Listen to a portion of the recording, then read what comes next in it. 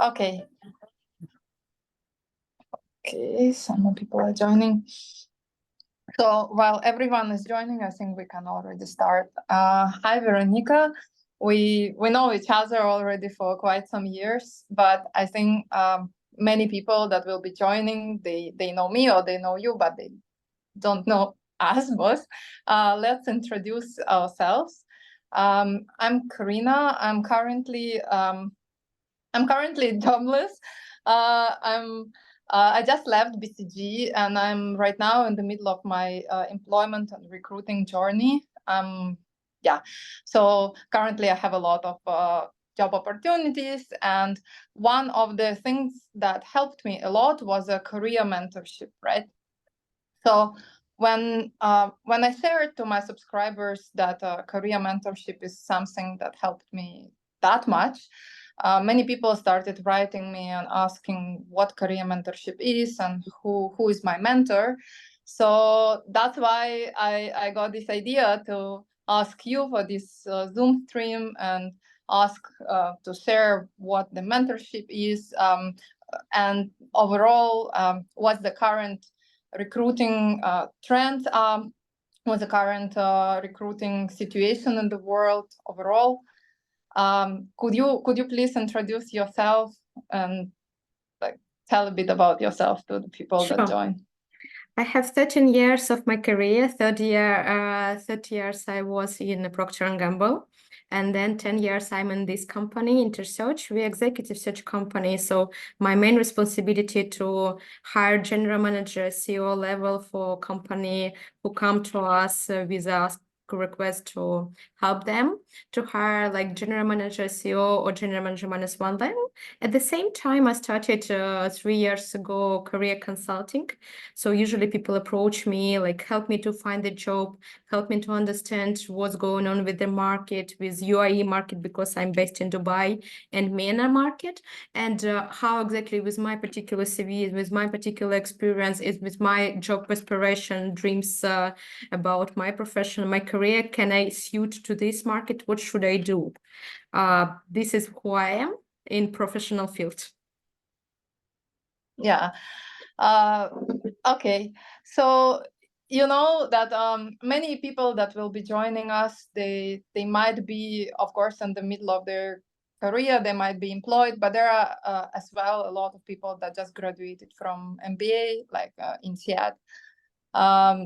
I know because those people are writing me and they're asking me for my journey, because like right now I have 3 job offers on the table, and I still have some processes that are ongoing, and that's where the career mentor actually comes in and helps me to decide, because I feel like I'm going nuts first to find job and then to decide which one to select.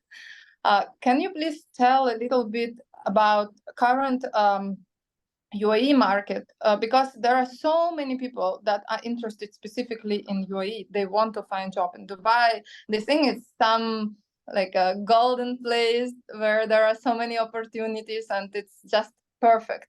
Um, I can agree on one hand, because yes, I moved to Dubai. I had an amazing experience with BCG, but there are also some moments that people might be missing, and they might be disappointed in the end of their journey if they will relocate and then they will see something that they didn't expect. That's why if you could share about like, what's going on right now, and especially in UAE. So firstly, the reason why many people consider UAE now, and people approach me from New York, Amsterdam, London, Canada, and Singapore, and Australia, that we don't have a taxes. We have quite good rise in GDP that differ us from other regions where like economy is not doing well, especially in Europe, especially in US. And the prices continue to rise for real estate, for schooling, for universities. So many people really consider this region more than before. And another reason that before this region considered as a little bit hidden, maybe Sharia, maybe you need to wear some reserved clothes. Now it's not like this. You can be like almost naked and nobody cares. So region is much more expat focused, expat full, that you want to be there. Regarding what's going on with the market, to be honest, the two three biggest industry here, like oil and gas, because here, like definitely oil center. Second is finance sector, like all sovereign funds, banking system is quite big here. And third one is public sector. Whenever we talk about giga projects like NEOM in Saudi, whenever we talk about a huge investment in Saudi Arabia, firstly, but UAE, secondly, when they try to create new Las Vegas in Ras Al Khaimah. So there are so many huge projects where they don't have enough local expertise. So they need to bring the best experts all over the world that this sector is actually considered by experts and for experts. And there are many like friends of friends who are already here who will tell the story of their luxury lifestyle with a quite good work-life balance, playing golf each evening or paddle after their work with their friends all over the world. It's like it's considered like paradise somewhere there. I can, maybe not for management consulting, but I believe for some of the industries, yes. So that's one of the reasons why I decided to switch my career from consulting to something like that I could also join the paddle games in the night. Job search sometimes can be daunting and overwhelming. And what advice do you have for individuals that, let's say, they want to explore UAE, they want to recruit in this market, they see like a lot of opportunities are out there, but how to start, what to do? Do you apply on LinkedIn? Do you reach out to random people, or what do you do? So firstly, the biggest challenge for you to really start seeking for a job, because mostly I deal with the candidates who are so well recognized in their market that they every time were headhunted from one job in New York to another in California, and then they were job hunted from London, and they so used to opportunities that come to them and headhunters who approach them, who try to persuade them to switch to another job, that they come to me and like, Veronica, I'm here, just try to headhunt me. It doesn't work in Dubai right now because the demand is less than supply. And with demand, sometimes we need Saudi only, Emirati only, specific experience in Meta, Amazon, Google, and so on, or Silicon Valley experience or something like this. When like specific person will come, he's almost never in technical description from my client. And what you need to do, you really need to use your network to write to your INSEAD alumni, to your Harvard, Stanford, Yale alumni, to your like Imperial College friends, to people who you worked with in Procter & Gamble, Unilever, McKinsey, BCG like 10 years ago, when you deal with some special deal with JP Morgan and Goldman Sachs, or like just find Jewish community here, or German community here, or French community here, to try to have some fundamental approach person with some common field, because any can respond to you in Dubai, and LinkedIn actually very good way to use to approach people here. But you will feel more comfortable, more convenient to write to a person with whom you have at least one topic to discuss in common, that have some common background with you.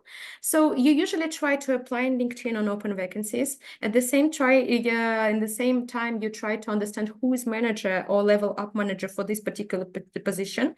Try to approach him like James Mohammed, like we in the boss in compliance sector, or we boss in like obligatory regulation, like something of oil for 15 years. Can I have a coffee with you? Can I have a chat with you? Because ultimate goal for you not to find the job offer in the some black box ad hoc idea, like future foundation fund organization you have never heard about, but to understand, do you want to get there? And through this kind of networking, coffee, tea, small chat, the main question, George, do you like it here? What do you like about your job? What type of project you do? If they are heavy and if they're big, if they're slow to bureaucratic, if there is any life here, or it's just golden cage where I will stuck forever for very good sum of money, but they're like the question, don't do anything to not like spoil my own place on the earth. So just sit down and shut up. So there could be like roles like this in every part of the world and here as well. So to not get just to interview to get this offer, then accept, and then like, Veronica, 2 weeks, I'm already here, I already understood everything. Like, can you take me from here, please? But to make sure that you will get only those offers and those organizations and those part of this organization that work for you, because some of us may be looking for golden cage to not do anything in his life, and some of us really are waiting for the project where you can make an impact and make meaningful change for the like UAE government or Saudi giga project or to some other entities. So this type of networking communication helps a lot. And then this approaching of people with you don't understand the company behind them on LinkedIn, but you're both from Imperial, you're both from INSEAD. If this INSEAD alumni, 5 years older than you, for some reason choose this project, approach him to a question like, what's you doing here? Like, it's not in Google, it's on Edge. It's like cybersecurity platform for UAE government. Some Ukrainian like INSEAD person work there, Alexander Polishuk. So what he's doing there, if it's really a place you can enjoy, ask him. This type of question like helps you to understand maybe you need cybersecurity and you even never thought about this sector before. So like this. I totally agree with you, because that was how I found all my 3 job offers, just by reaching out to people. And I want to ask you, because maybe if people hear it from you, they will digest it better. What to not do when you reach out to people on LinkedIn? Because some people, they might just message and feel entitled and ask like, hey, do you have a job for me? Or like, can you refer me? But maybe you have never seen them and never spoken to them. So of course that would never happen. So what are the common no-go for job seekers? I remember this question we discussed when we were walking on Boulevard in Dubai. So there are 3 types of no-go. Firstly, people don't want to be used. So, and this is basic. So first thing, I have seen vacancy and it should be in your team. This is my CV. Let's imagine that you're already marketing director of the hugest Emirati company, a Saudi company, or global one in the region. Why do you want to get this CV if you already have your huge HR team and you already post this vacancy online? So your initial and response, like, go to apply to this. It's already posted. Why do you write into me? Like, what the purpose? So person will not respond or will send you like, okay, go to apply, please. Second thing, treat him as a body. Like, use somebody from Amazon. You work for McKinsey. I don't care who are you, what is your story, and you're just working in the company I want. So can I use you to get to this company? It's second question. And third question, you general manager of Revolut. I want to speak to you as a general manager of Revolut. What's wrong with this? So with first, we already covered, let's go to vacancy, apply yourself. Second point, third, with second, he doesn't feel that you treat him as a human and with respect. So he doesn't feel that he's respected in this situation. So you can tell, wow, you worked in L'Oreal, like BCG, and now you're in Amazon. I'm really interested to know your story and how do you like it there? The third point about general manager of Revolut, like you approach him as a person with a logo, and you you can't give him a chance to speak quite freely about his particular story. Maybe he's resigning, maybe he doesn't like, maybe he is like confused there and frustrated there. Like, give him a little bit more freedom. Like, wow, right now you're general manager in Revolut. Before this, you did this. Like, it's so interesting to hear your inside story, to listen. Do you like it here, and so on? Because even one time there was a guy who asked me to rewrite my message because it was not possible for him to meet me as a person who belonged to the RIA, like state government, semi-government organization for Riyadh. But he can meet me as a person who lives in Riyadh, who's Russian one, or whoever. So make sure that your message sounds not restricted and not personal enough for him to understand that you treat him as a person with dignity and with respect and with interest to him personally, and not as a just body seated in some chair. Yeah, and here comes the next question. Do career coaches actually refer people or share their contact, things like that? Because I have noticed there is this common misconcept that people think, oh, okay, I will hire a career coach or mentor and they will find me a job. So can you please share more on what career coaching is and what can people expect from career coach? Yeah, it's very common, like, Veronica, find me job in Dubai. And like my answer, you know, the way to find jobs into Dubai, to find yourself. Like me, a little bit different because I'm working for company and executive search, and like it could be that I have vacancies in my portfolio, but the problematic story that mostly the criteria will be so narrow that it will not suit to like pool of candidate I have, because they need a special Mena experience in special competitor zone for especially this particular responsibility. So like to be too much waiting for executive search to help, like just will limit your opportunities to like 3-5%, because mostly vacancies will be closed by in-house team. And second, the position for quite high level will be created for person exactly. So what to really expect from career coaching? To help with the understanding where should I go with my particular experience, with my expectation, and then put this expectation on the length of the like MENA region or UAE or Singapore or whatever. What exactly could be here coming from my expectation? Because person will come to me, I think about JP Morgan, Goldman Sachs. I know that they have freeze for hiring for next 2 years. What else can I do? And like, oh, actually, if you want JP Morgan and Goldman Sachs for this particular reason, could be also sovereign fund, could be also investment team inside company, could be this and that. And then, like, for instance, with my experience, I will bring like 5 stories that are a little bit similar. So Alex with the JP Morgan came to this company and his experience. This story was for Dubai Holding. This story was for Majid Al Futtaim. So sharing a few examples that help you to understand what real people will do in your circumstances, to feel a little bit more realistic about your dreams, to put them on real land. And then to discuss what type of corporate culture suit to you, what corporate culture I know, like, okay, if you want this and this, probably MR will work for you and Denmark not, or vice versa, because your criteria could be different. And then if I know some people there who could be helpful, I can share some name, I can share LinkedIn, I sometimes can make this introduction, sometimes I don't. So it's not like expectation that this type of career consultant know everybody. Like for me, I know like 600 in person, like thousands without meeting in person. So I'm quite well aware about MENA region. But even if person know just one, but helpful one, it could be better than 6 irrelevant.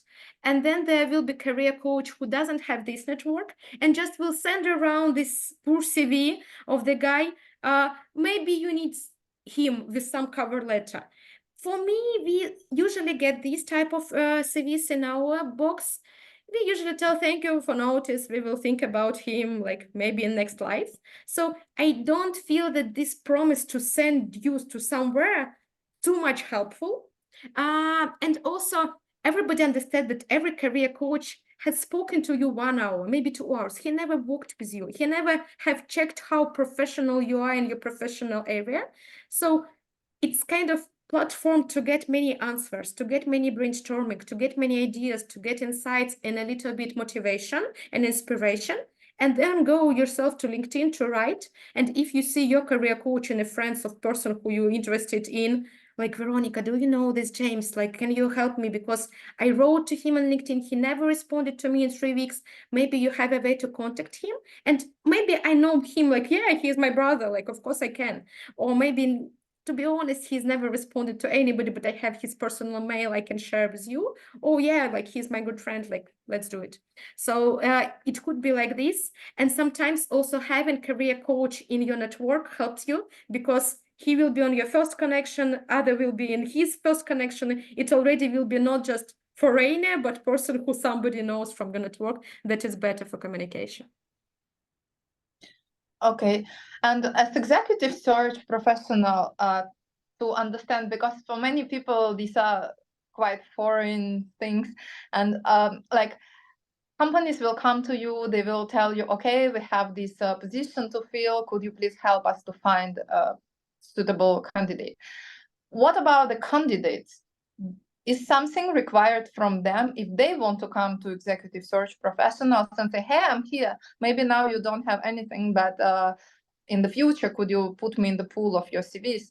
How that works? Because when I personally was graduating from INSEAD, many times I heard like, oh, why at your level, you are not junior anymore. Why don't you go to exec search? I didn't do it, but how people can do it, how to approach this path?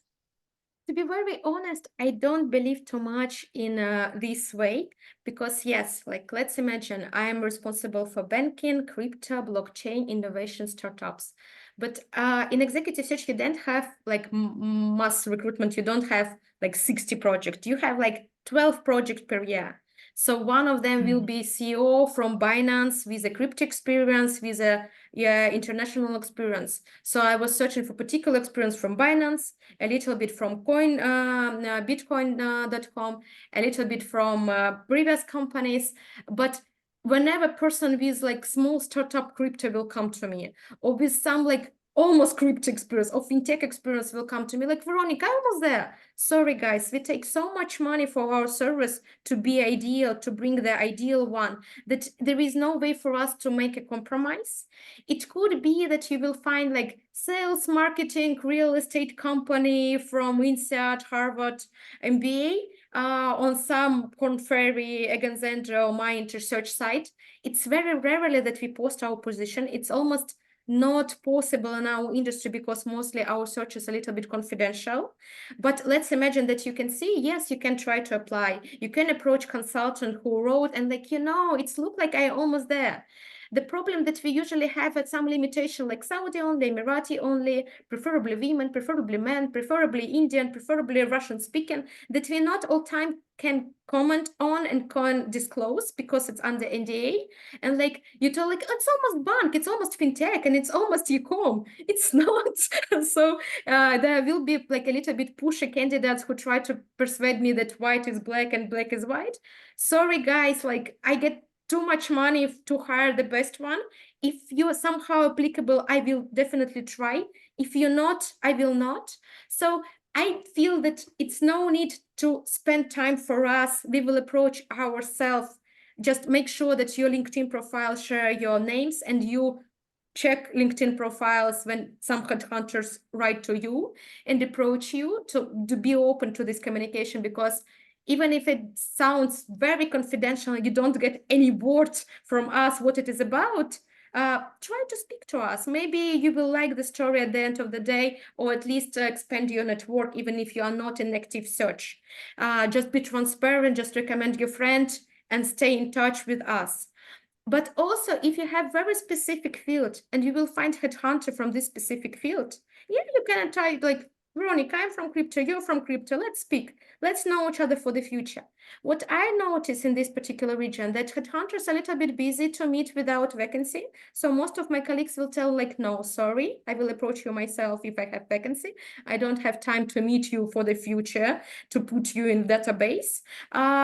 Since I'm a little bit new in the region, I'm here like less than 2 years and had less awareness about the region, I was more curious, so I was more open. As soon as like it's CEO, general manager -1 of big company in fintech, banking, crypto area, with Mena experience, I was open to meet. Whenever it was guy from Malaysia or from New Zealand, I was less interested to meet him because mostly I need Mena experience, but sometimes it's also worked. So for some of these emails from all over the world, I can respond yes, because for some reason I feel that it could happen that this project can appear, or I have a friend who I can refer this candidate to, and it will be beneficial for my relationship with this friend, and it will be beneficial for this candidate. So you can try. It can work for you, but very limitedly, like 2-3%. So don't put all efforts to headhunters. Use it as a kind of second priority field. Mm-hmm. And are there any other misconceptions or myths about job search that I have missed. Maybe there is something else that like I was told go to exec search, for example, which I realized might not always work out. Are there any other stories or cases that you have encountered?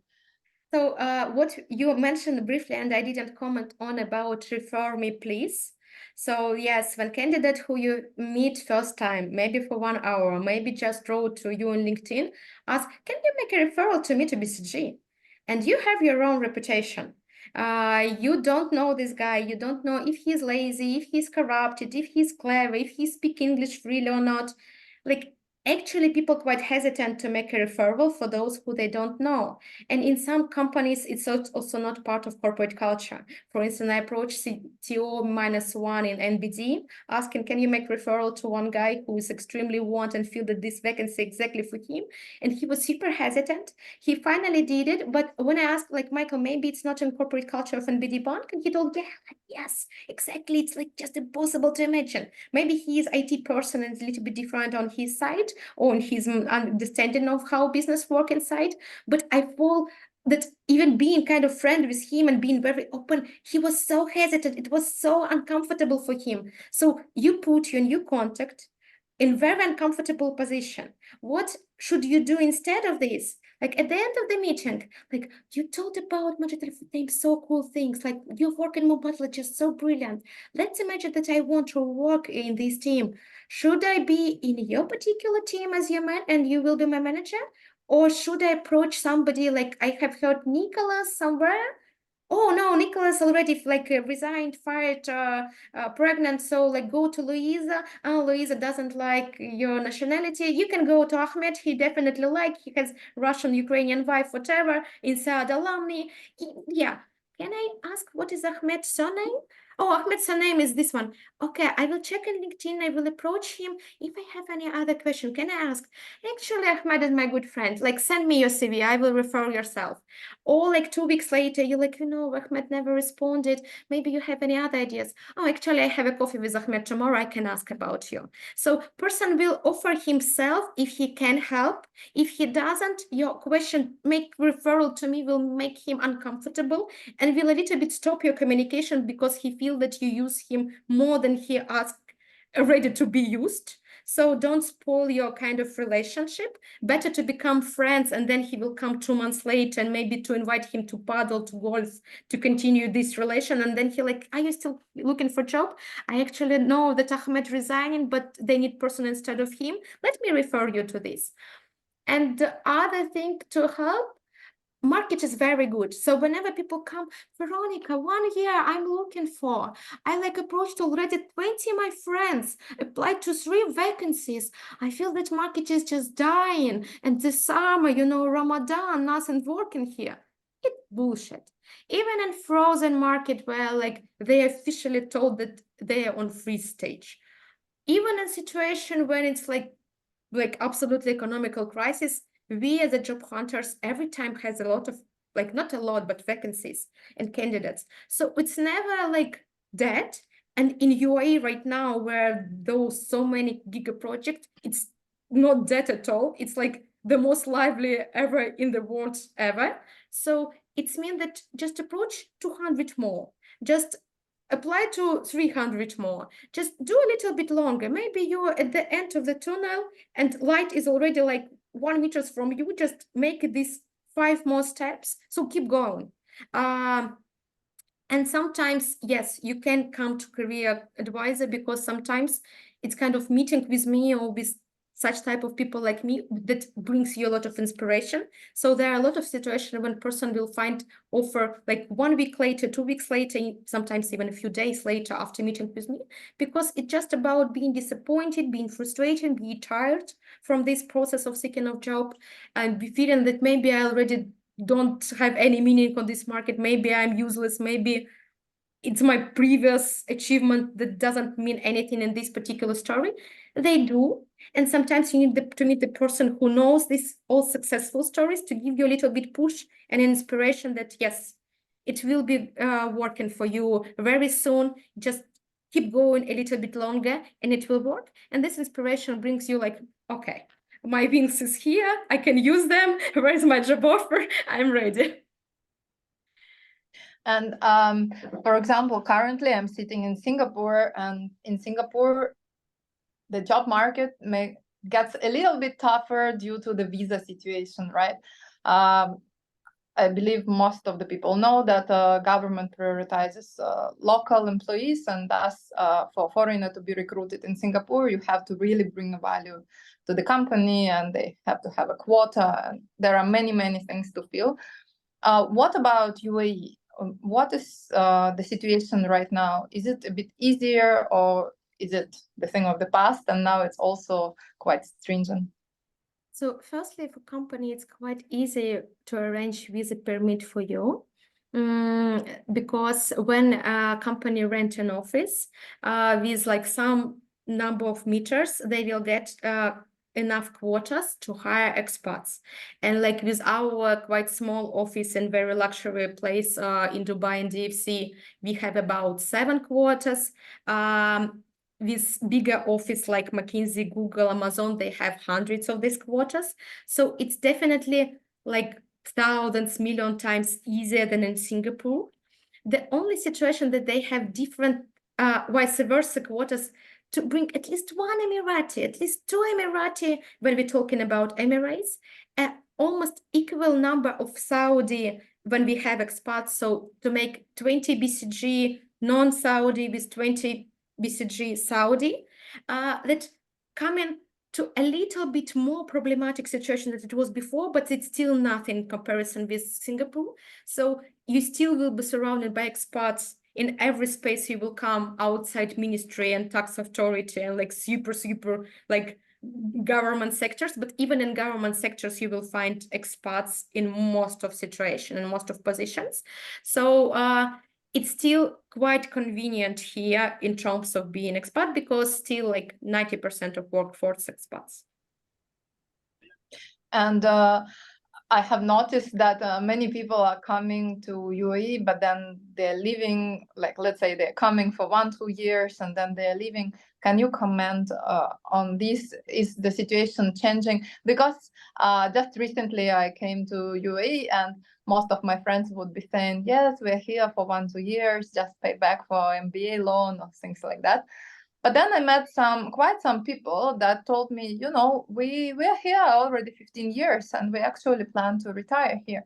So can you comment on like livability of UAE for expats, and how is it? I feel like I'm promoter for UAE So market, but my team, everybody lives here for 20 years plus. For those candidates I meet on top managers roles, many of them live here a long time. Specific of Russian-Ukraine network here, that everybody came here in 2022 because of the war. So it will be different circumstances. The reason why people leave, firstly, life here quite expensive. So if you lost your job and for some reasons can't find new one, schooling fee, real estate fee, and common life a little bit more expensive than in your own countries for most of them. So people can go back just to where place they belong. Will it be London? Will it be Russia? Will it be Greece or Serbia? Because they can't afford living in Dubai without having their own flat and without having public schooling that is for free for them. This is one reason. Second reason will be like very personal, like your grandmother is dying or your wife has a cancer and they haven't found the right doctor in the region. It's not that medicine here is like super bad. It's just that sometimes some specific disease needs specific help, and you can find it in Venezuela and don't find it in Argentina, or vice versa. And then it will be personal reason that some people not suit to dry climate and to 45 degrees per summer, and for them I can go with smaller salary, with smaller project, with less ambitious everything, but just live in my village in Chernobyl or like whatever, Spain, Portuguese, and so on, because ambitious and career-oriented Dubai, that's quite expensive and more professional, growth-oriented, not suitable for all of people. It's and then it's about finding your own circle that you need to go out to meet your friends. You don't have classmates in class and university mates. You don't have your basketball player from school here. You're a little bit lonely, and either you can go out and find new friends, new circle, new community for you, or you're super introverted and you don't understand this stupid city with stupid parking, with stupid everything, and feel a little bit lonely. And then it will be like nature, that there is not so much nature here, and you like really missing Singapore, green zones, parks, and everything, or climate in US. Or, for instance, you're a citizen and you have your 50% taxes, 60% taxes. So there is no big reason for you to stay in Dubai, because all this free taxes zone will not work for you. You still pay to USA a lot. And then it will be about the project itself. You were invited for a huge, interesting giga project, but for some reason you were fired from it, or it stopped, or it finished, or it frozen. So you need to go away because the project finished, and for your level, there is no such type of job anymore in the region, and somebody had hunted you to another region. Okay, thank you. I will change topic a little bit to back to job hunt. I know that you have a super strong brand, you yourself as Veronica, in especially in Dubai, but in UAE overall. Whenever the topic of job hunt, many people mention Veronica. Like I ask friends, they all know you. I wanted to ask personal branding topic. Personal branding is increasingly important nowadays, especially in competitive market like UAE, but overall globally. How can individuals build and showcase their personal brand? And does career coaching actually help with it? I believe that for those people who shy to go public, nothing can help instead outside their own motivation and their own understanding why they need it and why it just will increase the opportunities. And I know many, many top managers who still don't use LinkedIn, Instagram, and Facebook, and quite well where they are without being super public. Like my manager, career coach here, like inside company, he, for instance, used letter from Harris. So he write only for those 30 clients who he respect, and he make it a little bit more secret and hidden and valuable, because he not share it with whole LinkedIn to be more public famous, but he shared only with those 30 distinguished clients, and they appreciate this feeling of being on this secret space. So it's depend from person to person. I'm very extroverted and public person myself. It's really pleasure and it's easy for me. It's part of my life. It's not difficult. So I have my Instagram, I have LinkedIn, I have Facebook less right now, and I have YouTube. And YouTube, like I recently restarted with like 12 videos, but only on Russian for now. There, and actually all my LinkedIn is English, and Instagram and YouTube still on Russian mostly. So I use those channels that I like personally, that I want to use, and I use them without torturing myself. I really try to do it on the sincere way. When I feel that I have opportunity or time or desire to post, I will post. So whenever I have a major event to participate, I will try to put some information about it in LinkedIn only after results came. So like with some summary, and it helped me to win some very good network when people really approach me after it. With Facebook, I usually write very honest, kind of a little bit scandal notes that you feel that Dubai is like this, but it's not, and this is the reason why. Still trying to be not too scandal, but just to be very honest and very realistic and very sincere. With LinkedIn, with YouTube, I will put there like longer answers to those questions that not stupid, but too repetitive one. When I do these questions, every coaching, every career time, every networking event, I will just put them in YouTube to send a reference to not answer next 8 minutes the question I answered already 60 times. And in Instagram, it's a little bit more personal, where like my key point is sincerity, and I share my biography, I share my personal stuff, I post something about my kids, I then put a few notes from Headhunter Live, how like 24 meetings per week, 24 CVs I considered, like some stupid dialogues with some candidates that don't appreciate how communication should work, as examples of bad and right type of communication with respect, with honor, or without them.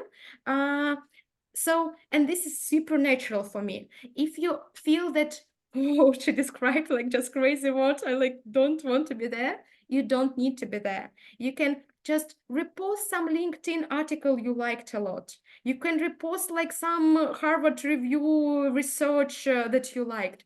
You can repost like some, sometimes even funny story could be there, like memo or someone.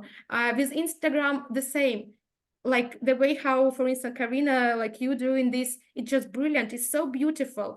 You make it so classic, so like attractive and so sexy. Even speaking about job things and about professional things, but just bringing your natural femininity to this way to make it not professional, but for you to enjoy it.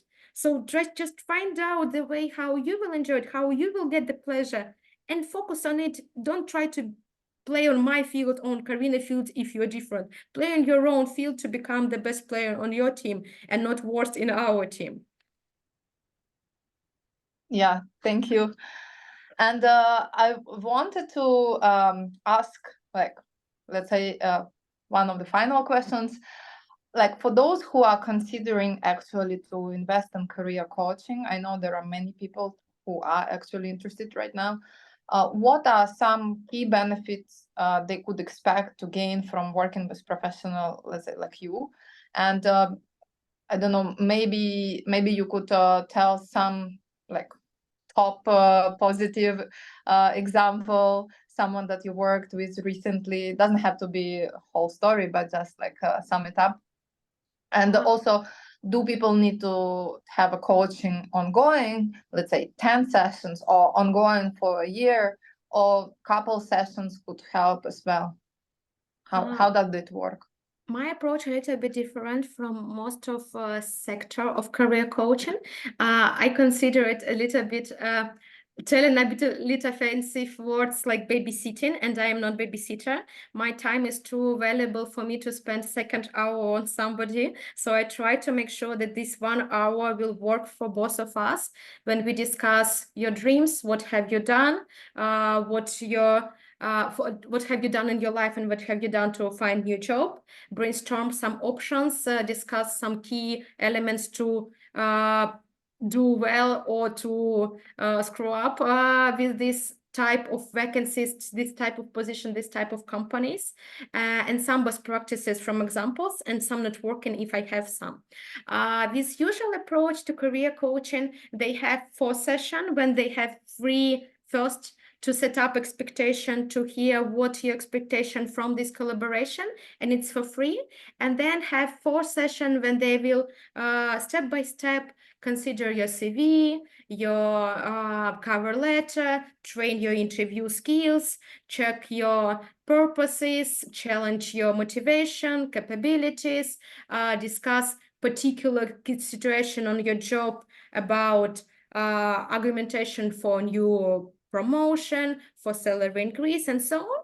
So I feel that this is babysitting that could be used if you feel unconfident in many situations. And with one meeting with me, you get inspiration, and then you have hesitation. With second, third, fourth meeting with usual career coach, you will have like, yeah, I got the story, I everything understand. I can't find forces power to make it. Veronica, can you persuade me one more time? And then one more time, and then one more time. So it's fine that it's funny that my payment, for instance, like $400 per session, usually considered a little bit more expensive than others, but with having 4 sessions for $200, you will pay like 2 times more than to me, but you will feel that you covered like for 2 months, you have some follow-ups and so on. And this babysitter who you can come and like complain, I still can't find power to write to these LinkedIn profiles. Can you help me to push me a little bit more? And she will give you some home task.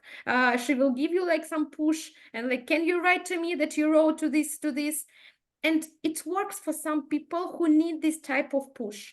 Another story about kind of career coach as psychologist. You will come to a new company, you will have some conflicts. You will come to a new company, you will have different expectations, some problems. And sometimes career coach can replace psychologist or vice versa, because it will be kind of friend who will just help you to go through different challenging steps of your life. For me, I feel that you firstly have friends for this. You also sometimes can have a mentor inside company. You have manager, you have peer. And for me to try to build this relationship inside company instead of every time gossiping about your current company with some career coach who not inside could be counterproductive sometimes. Could be like you still, they and me with you, with my career coach, and this stupid company who don't appreciate my talent. So it could disrupt your relationship with your current employer instead of bringing you to be part of the team, and we all together need to find this solution. But it's also very individual. You can feel that it's helpful for you and it will be helpful for you. What about the situations where a person is already employed and they're in a good standing in their company, but they would like to get promoted? Could they come to you and say, listen, it's already 2 years and I feel like I want to be promoted. What should I do? Of course. So with me, it still will be 1 hour. With my like few friends or career other coach, I know how they deal with it. So they will write whole organization structure. They will make some politics inside. They will discuss, so decision-making, Karina, Katya, Sergey, and further, James, Mohammed, Ahmed here. So let's train how you will speak to Richard. Let's discuss how you can approach Kate. Let's discuss how this particular Sabina can give you a project that you like more. So they will try to play role model, play some games, some cases for person to feel more convenient and more comfortable to make this type of conversation inside company. He will have some conflicts or some discussion about his promotion, and yes, they will make kind of case study of this. They will repeat this, can repeat for few sessions actually, that I still hesitant. Let's repeat 1 more time. Let's pay if she respond this or she will respond this. And career coach with his experience can bring you like 100 of different counter arguments, how to respond that I don't want to give you more salary and what can you respond after this. So with me, it's a little bit more like kind of trends and kind of common situation that, yes, this is 5 reasons why usually you will get promotion. This is 5 ways how to ask this promotion. I will not do this role play part where he will respond and will try to play with me. But yes, of course. And it's a big part and actually important part that many people don't feel that if they don't look for a job, they need career coaching. Some of them definitely need.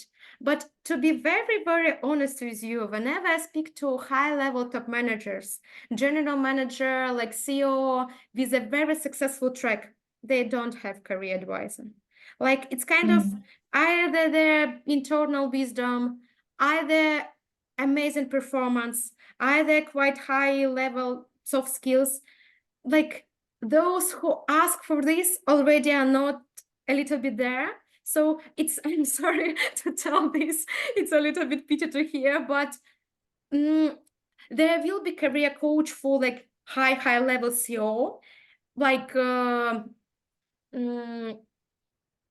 I forgot the name, Gladwell, Marshall Goldsmith. So there will be a very particular one. There could be executive search who could become your friend and who will a little bit, it will be not career coaching, it will be meeting for coffee 1 time per 2 months to discuss here and there some things, to have advice, but in a more friendly partnership manner, like with your peer, like with another CEO, like with your friend who is general manager of another competitor, but without like official training each week to discuss what exactly should I do. Okay, understood. I think we have a question coming. How to integrate and work for Ukrainian women with two kids in Dubai or Emirates, or where can I find information about it? So I don't feel that Ukrainian lady is so much different from any other here. Like here, firstly, we have a good childcare. So we have nursery, we have schoolings, then we have Filipino maids or Russian, Ukrainian speaking nanya. We have so you can combine either full-time nursery like I have from 9 till 6, from 8 till 6. And in that time you can work from 8:20 till 5:20, like I'm working like this. So your baby in nursery till 3 or till 4 years. If it's school, it will finish till 1:30, 2:30, 3:30 p.m. From 7:20 early morning.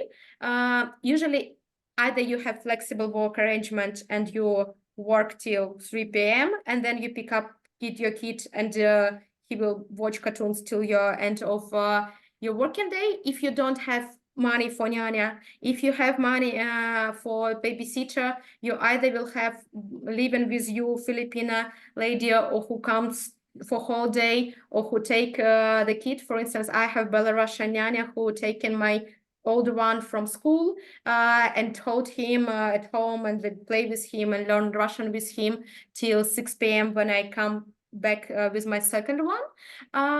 In general, most of my friends here working being females, so the Institute of Work like established quite fine. Every employer expect that women can have a kids and have it, and quite flexible about this. At the same time, there will be many women who are not, and sometimes school will call you at 9, 10, 11, like, can you pick up your kid because he doesn't behave? And like, no, I can't. I have like 5 meetings in a row. And like, can you do something about it? Actually, I can't.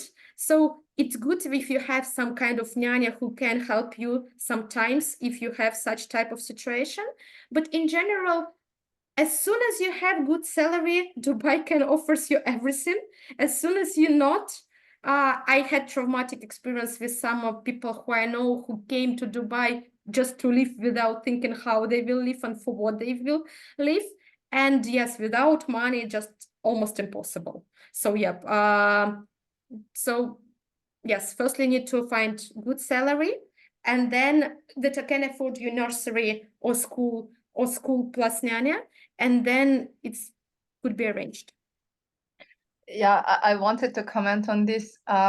Once you hit some mid-management and above roles, companies usually help you to take care of it, because right now I have a job offer from Dubai, and they are offering me to pay for 3 of my kids full schooling, which I don't have kids.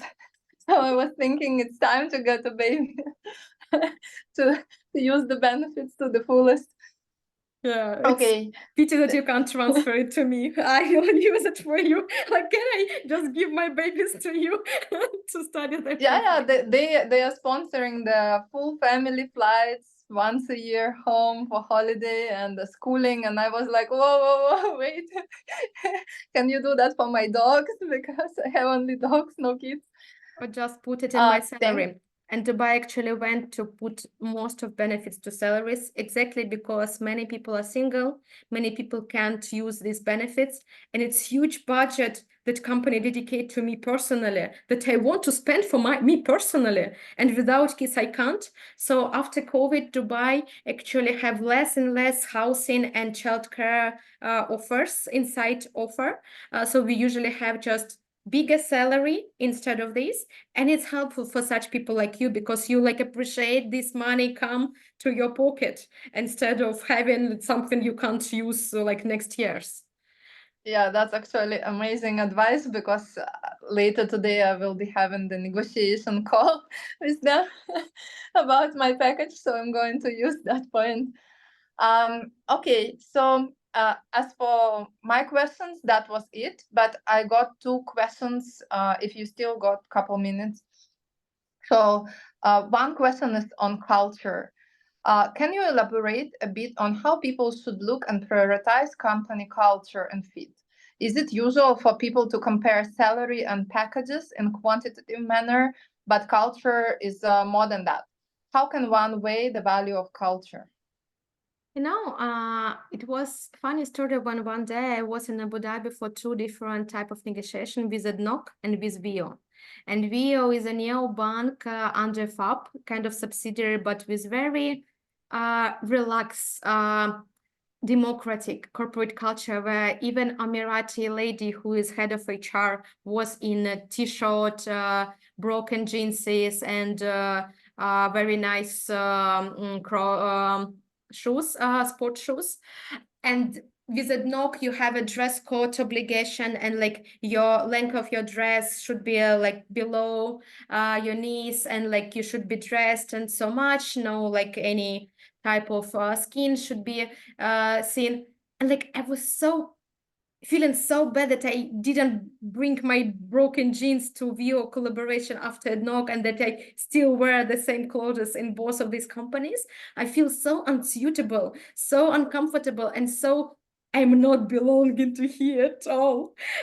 Feeling that sometimes it's about how people speak, how people open-minded, how honest they are, how people reserved, how people try to bullshit and to emphasize something that doesn't exist, because it's part of corporate culture.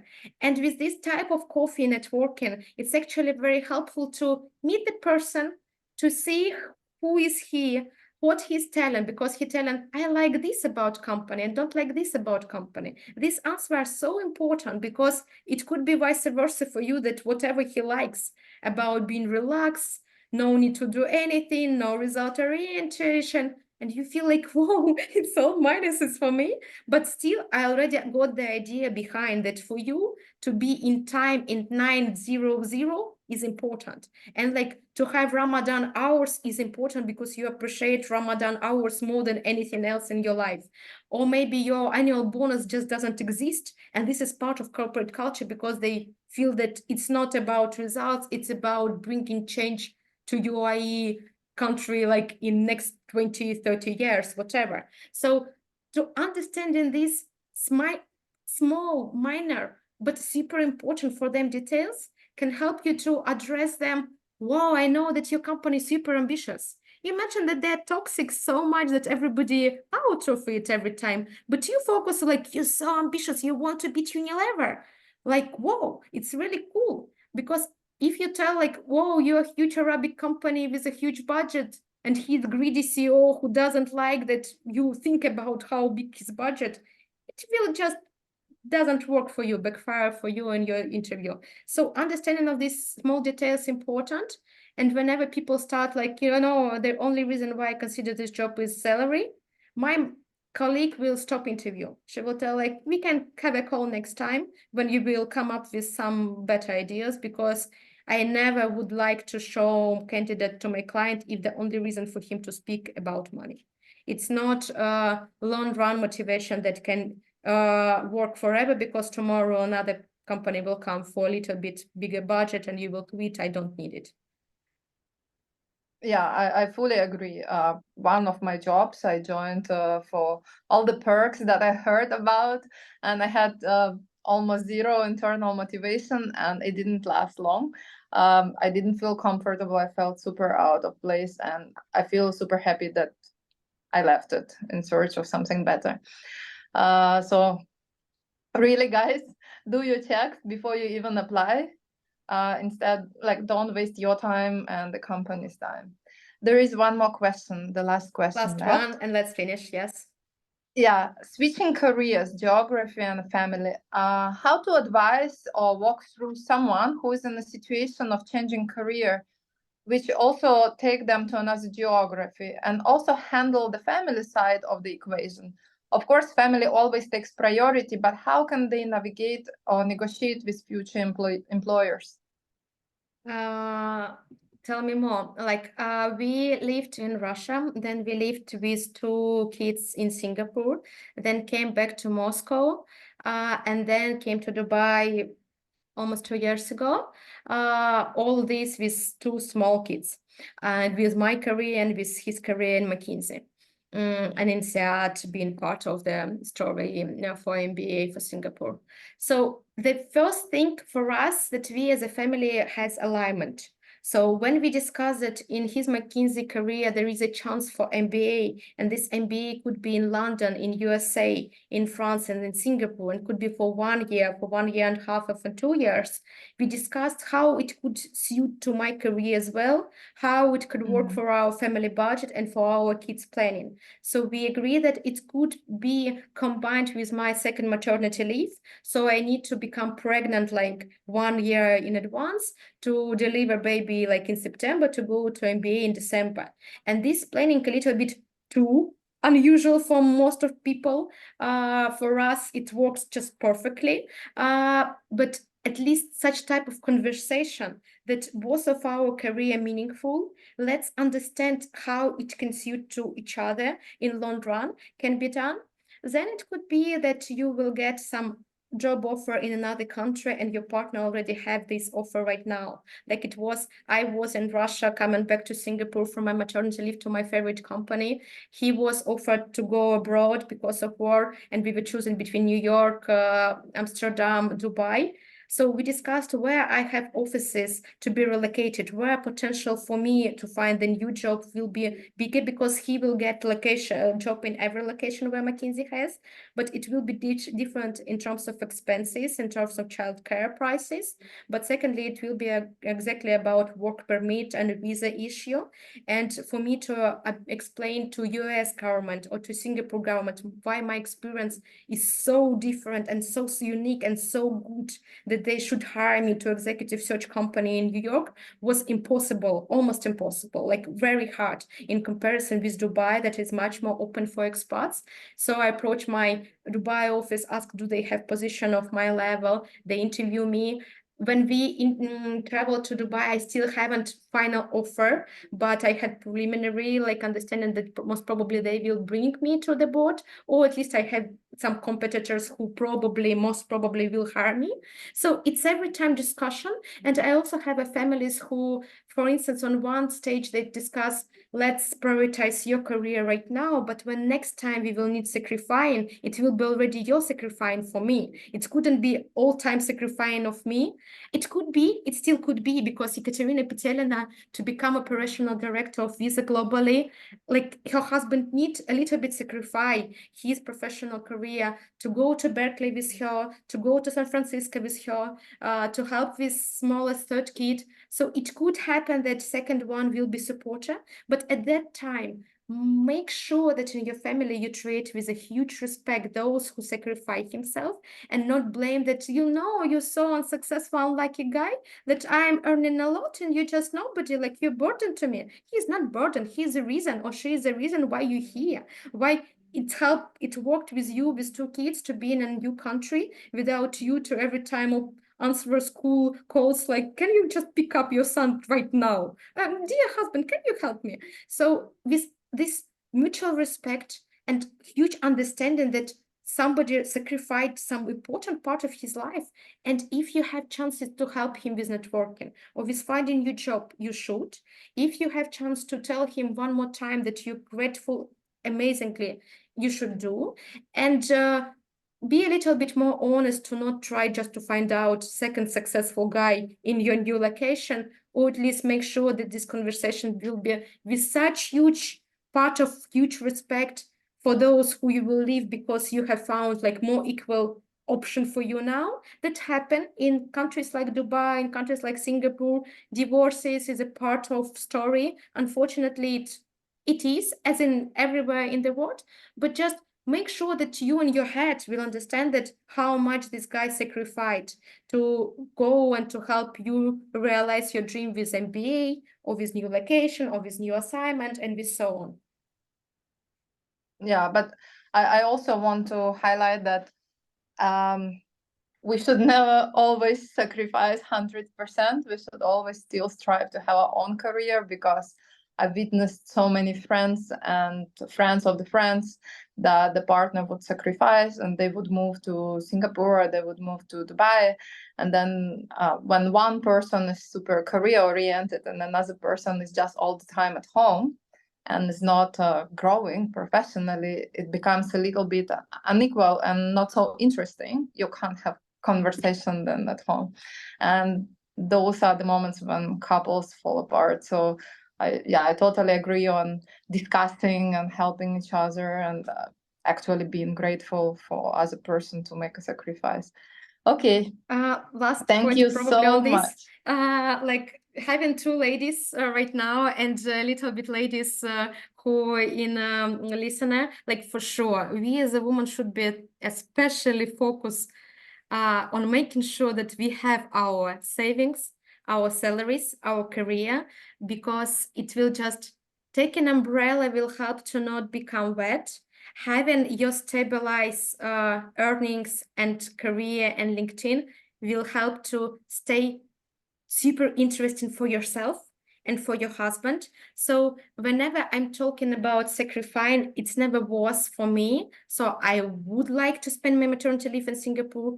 I understood that Dubai will bring me more opportunities. So please make sure that you really will not be just poor sheep who follow his hunter, because this hunter in most of time will not appreciate this, and you will be in really extremely bad position if he leave you one day, because imagining from Singapore and from Dubai lifestyle come back to like Kemerovo, Novosibirsk, like Kiev, Odessa, or Moscow, with two kids being divorced without having experience of working abroad, without chance to find a job.